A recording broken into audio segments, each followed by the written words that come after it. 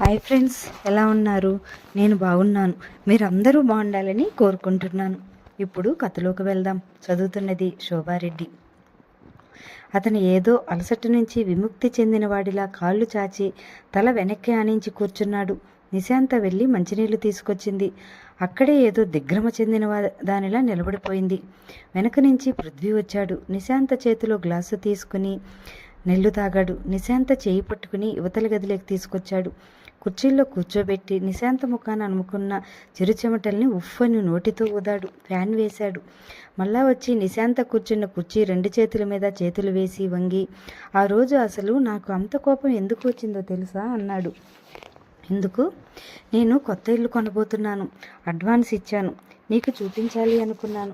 నా సంతోషం నీకు కూడా సంతోషం అవుతుందని ఆశపడ్డాను. దానికి పూర్తి వ్యతిరేకంగా జరిగింది. నిశా, నేను తొందరపాటు మనిషినే. నాతో కాస్త ఓర్చుకోవు. నువ్వు ఒక్క క్షణం ఓపిక పడితే నేనే సిగ్గుపడి దారికి వచ్చేస్తాను. కొంచెం ఓర్చుకో ప్లీజ్. మనిద్దరం ఆనందంగా ఉంటే మనకే సుఖం. జ్యోతికి అది ఆనందం. మనం పోట్లాడుకుంటే మనకి నరకం. అది జ్యోతికి కూడా బాధే. మనం ముగ్గురం ఒకరికొకరు తోడుగా, స్నేహంగా, ఆనందంగా ఉండాలి. మన ఆనందాన్ని అర్థం లేని ఆవేశంతో పాడు చేసుకోవద్దు. అభిప్రాయ భేదాలు వస్తాయి రాని, కాస్త ఓపిక పడితే అవే సర్దుకుంటాయి. వాటి కోసం స్నేహం ఎందుకు పాడు చేసుకోవాలి చెప్పు? ఏమంటావు? అవునా కాదా?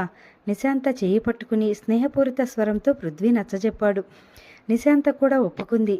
నిశాంతలో అసలు తను ఇతని మీద ఎందుకు ఆవేశపడ్డానా అనే పశ్చాత్తాపం వచ్చింది. ఇంతలో బయట రాధమ్మ మాటలు వినిపించాయి. పృథ్వీ వెళ్ళి తలుపు తీశాడు. రాధమ్మ లోపలికి వచ్చి ఇద్దరి ముఖాలు చూసింది. హలో ఆంటీ, సినిమా బాగుందా అన్నాడు పృథ్వీ. బాగుంది అంది. నిశాంత లేచి అవతల గదిలోకి వెళ్ళింది. టపీ పని తలుపులు మూసుకోలేదు. నేను వెళ్తాను నిశా, నేను వెళ్తున్నాను. Good night. గుమ్మం దగ్గరికి వెళ్ళి అన్నాడు పృథ్వీ. నిశాంత బయటకు వచ్చింది. వాతావరణం బాగానే ఉన్నందుకు రాధమ్మ మనసులోనే నిట్టూర్చింది. వసంత మాత్రం రుసరుసలాడుతూ అక్కడి నుంచి లోపలికి వెళ్ళింది.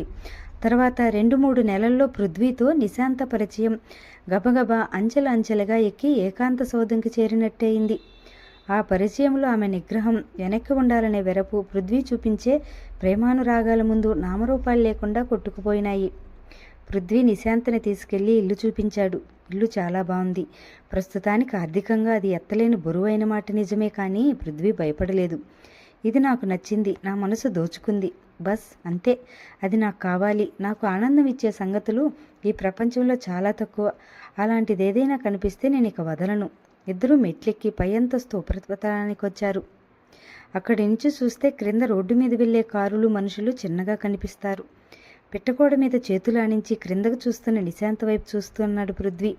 నిశా, నాకెందుకో ఎప్పుడూ ఒంటరిగా, మనుషులకు దూరంగా ఉండటం ఇష్టమన్నాడు. ఎందుకని? ఏమో నాకు తెలియదు. నేను కారణం ఎప్పుడూ ఆలోచించలేదు. అతను మళ్ళా ఇంటిని చాలా సంతృప్తిగా చూస్తూ, నాకు ఈ ఇల్లు నచ్చింది, తీసుకున్నాను. ధర ఎక్కువ తక్కువ అని ఆలోచించలేదు. ధర కంటే దీనివల్ల నేను పొందే ఆనందం ఎక్కువ అనిపించింది. అతను క్రిందకి తీసుకెళ్లి గదులు చూపించాడు. ఇది నా గది, ఇది జ్యోతి గది. జ్యోతి గదా అంది ఆశ్చర్యంగా. అవును, వాడు ఎప్పుడన్నా వస్తే వాడు ఉంటాడు. ఇది వాడి స్వంతం. ఇప్పుడే కాదు, ఎప్పుడూ అంతే. నేను ఎక్కడున్నా నేనుండే ఇంట్లో వాడికి ఒక గది ప్రత్యేకంగా ఉంటుంది. నిశా, నేను చదువుకునేటప్పుడు జ్యోతి నాకు చాలా ఆసరా ఇచ్చాడు. ఆ విధంగా నా జీవితంలో అతనికి భాగం తప్పకుండా ఉంటుంది. ఆ హక్కు అతను కోరకపోయినా ఇవ్వాల్సిన నైతిక బాధ్యత నాకుంది. నిశాంత్కి కొత్త విషయం విన్నట్లుగా అనిపించింది. పృథ్వీ ఆ సమయంలో ఇల్లు కొనకపోతే తమ పరిచయం అంత సత్వరంగా అభివృద్ధి చెంది ఉండేది కాదని అప్పుడప్పుడు నిశాంత ఆలోచనలో పడేది. ఇల్లు కొనగానే దానికి కావలసిన సామాను, అలంకరణ మార్పులు, చేర్పులు, వీటి గురించి నిత్యం పృథ్వీ నిశాంతతో సంప్రదింపులు జరిపేవాడు. మధ్యలో అప్పుడప్పుడు నేను నిన్ను విసిగించేస్తున్నానేమో, నాకు తెలియదు, కానీ అది నా తప్పు కాదు. జ్యోతి ఊరిలో లేడు. ఇలాంటి వ్యక్తిగత విషయాలు నేను ఇంకెవరితో చెప్పుకుంటాను? పని మీద బజారు వెళ్ళినప్పుడు ఎక్కడైనా అతనితో కలిసి లంచ్, సాయంత్రం వేళ ఆలస్యమైతే డిన్నరు, ఇద్దరు ఇంటి అలంకరణ గురించి చర్చ. అలంకరణ కావాలి, మళ్ళా ఆ ఖర్చు పృథ్వీ జోబులో ఉన్న డబ్బు మాత్రమే ఇమడాలి. లంచ్ తింటూనో, ఇంటికి వస్తూనో, బజారు వెళ్తూనో, ఈ విషయాలే కాకుండా మధ్య మధ్యలో మళ్ళీ పని గురించిన విశేషాలు. పృథ్వీ అన్నాడు. నిశా, నువ్వు నాకు అసిస్టెంట్ ప్రోగ్రామర్గా ఉన్నావని నేను కంప్యూటర్ పనులు పెద్ద పెద్ద సంస్థలతో ఒప్పుకున్నాను. మనం అవసరమైతే ఇంకో 2 వేసుకుందాం. నాకు ఇలాంటి అప్పు తీర్చడానికి డబ్బు కావాలి. ఇంటి అప్పు తీర్చడానికి. So I need your help madam అన్నాడు. నిశాంత తల ఊపింది. నిశాంతకు కూడా ఆ పనులు ఆర్థికంగా చాలా లాభమే. తనకి ఒక రకంగా ఇది సువర్ణావకాశమే. ఈ రోజుల్లో కష్టపడతానంటే మాత్రం అవకాశం ఇచ్చేవాళ్ళు ఈ విధంగా ఇంటిని గురించిన ప్రసంగమే కాదు, వర్క్ గురించిన సంప్రదింపులు కూడా వారి సంభాషణలో కలవటంతో క్రమంగా ఇద్దరిది ఒక ప్రపంచంగా మారసాగింది. ఇద్దరూ కలిసి భోజనం చేస్తున్నా, ఏ పార్కులోనూ నడుస్తున్నా ఇవే మాటలు. నిశా, నీకు ఫోన్ లేకపోతే నాకు చాలా కష్టం, ముఖ్యంగా నేను ఊరు వెళ్ళినప్పుడు అంటూ తన ఫోన్ ఒకటి నిశాంత ఇంట్లో పెట్టించేశాడు పృథ్వీ. ఫోన్ రావడంతో మరింత దగ్గరైనట్టుంది. నిశాంత పుట్టినరోజు నాడు పృథ్వీ పర్సనల్ కంప్యూటర్ బహుమతిగా కొని ఇచ్చాడు. అయ్యయ్యో ఇదా, ఎంత డబ్బు? నిశాంత కంగారుగా అంది. ప్లీజ్, బర్త్డే కానుకని తిరస్కరించకూడదు. నేను మామూలుగానే కొనాలనుకున్నాను. రాధమ్మ గారు ఈరోజు ఈ శుభదినం అని చెప్పారు. Nisha, many happy returns of the day. Computer చూపిస్తూ, ఇంతకంటే ఖరీదైనవి కొని నువ్వు పెద్ద పెద్ద ప్రోగ్రామ్ చేయాలని నా ఆకాంక్ష. ఆ రోజు అందరినీ పృథ్వీ సినిమాకి తీసుకెళ్లాడు. సినిమాలో కూడా సినిమా మొదలయ్యే ముందు ఇంటర్వెల్లో రేపు చేయబోయే డేటా నావిగేషన్స్ గురించి వారిద్దరూ అంత సీరియస్గా పని గురించి మాట్లాడుతుంటే రాధమ్మ కానీ వసంత కానీ మధ్యలో వారిని డిస్టర్బ్ చేయడానికి భయపడినట్లు మౌనంగా ఉండిపోయారు. పృథ్వీ ఇల్లు పూర్తయింది. పృథ్వీకి తెలిసిన వాళ్ళు కొద్దిమందిని డిన్నర్కి పిలిచాడు. గృహప్రవేశానికి పృథ్వీ పెనతల్లి దమయంతి వచ్చింది. పృథ్వీ మాటిమాటికి నాలిక చివరున్న పేరులా నిశా నిశా అని పిలుస్తుంటే ఆవిడ ఈ పిల్ల ఎవరు అంటూ ఆరా తీసింది.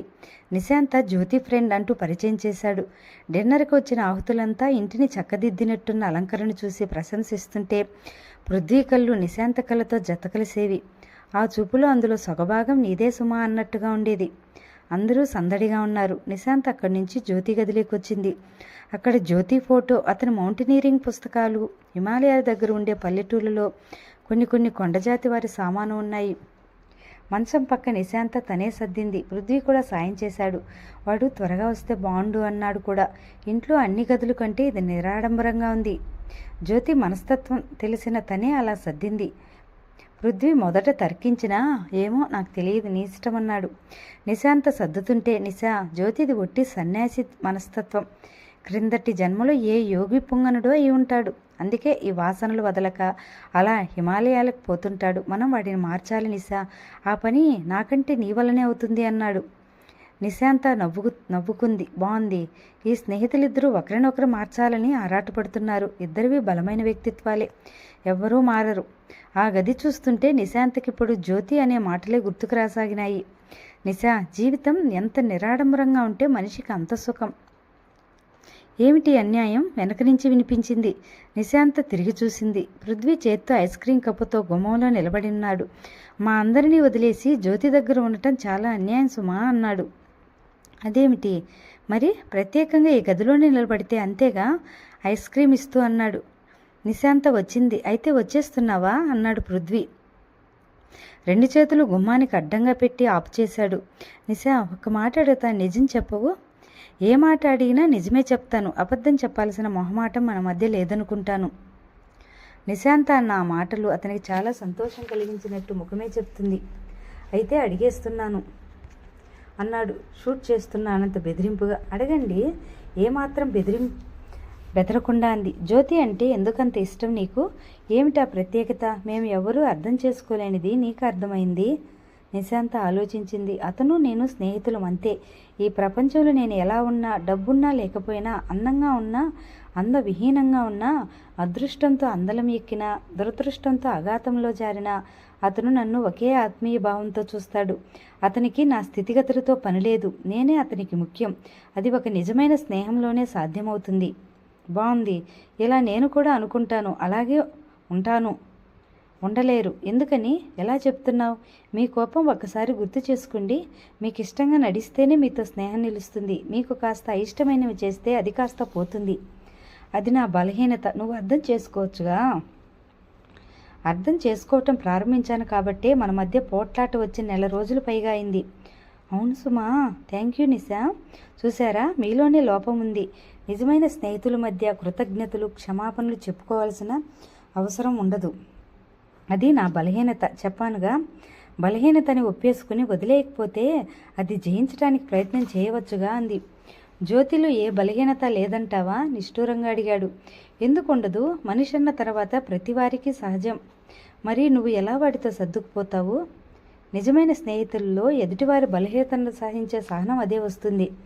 అయితే నా పట్ల నీకు నిజమైన స్నేహం లేదంటావు, అంతేనా? అతని కంఠం కరుకుగా అయింది. నిశాంతకు అర్థమైంది. నిప్పురవ రాజుకుంటోంది. ఇది ఇక్కడే ఆర్పేస్తే మంచిది అంది చిరునవ్వుతో. మీ అసలు బలహీనత ఏమిటో చెప్పనా? చెప్పు. ఏమిటి?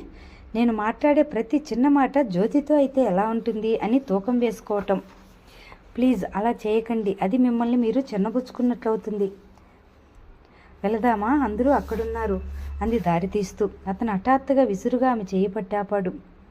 కళ్ళల్లోకి చూస్తూ ఐ లైక్ యూ అన్నాడు. నిశాంత అతని కళ్ళల్లోకి నిర్భయంగా చూసింది. నీ సమాధానం ఏమీ లేదా? అతని కంఠంలో ఆవేదన, ఆరాటం తొంగి చూస్తున్నాయి. నిశాంత మనసులో అనుకుంది, తర్కానికి ఇది సమయం కాదు. తనని తానే హెచ్చరించుకుంది. జవాబు చెప్పి అతని మనసు అశాంతి పాలు చేసి ఇక్కడ ఒక గాలిదుమారం సృష్టించే అవకాశం రానీయకూడదు.